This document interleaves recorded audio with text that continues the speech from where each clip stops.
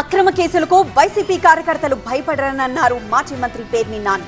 Arrest అయిన కార్యకర్తలను కలిసి ధైర్యం చెప్పారు. అయితే పేర్ని నానికి కౌంటర్ ఇచ్చారు టీడీపీ నేత బుద్దా వెంకన్న. థ్యాంక్స్ చెప్పండి జగన్ గారికి, మమ్మల్ని గుర్తుపెట్టుకుని కార్యకర్తలు గుర్తుపెట్టుకుని మమ్మల్ని జైల్లో పలకరించడమ్మని మాకు ధైర్యం చెప్పడానికి పంపించినాను. ఆయనకి చెప్పండి బెయిల్ ఇవ్వాలి కాబట్టి ఇంకో 2 నెలలు 3 నెలలు మమ్మల్ని నెలల ఉంచుకుంటారు, ఉంచుకోమని చెప్పండి.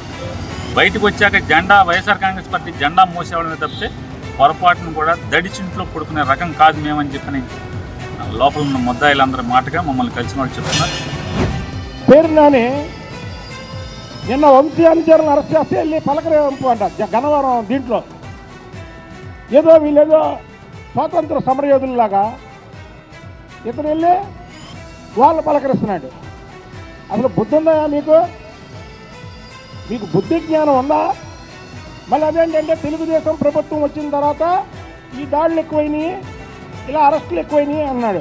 వంశీని గన్నవరంలో అతను చేసిన పని గురించి నేను చెబితే ఇదే పేరున్నాని నువ్వు నా మీద కేసు ఎందుకు పెట్టావు?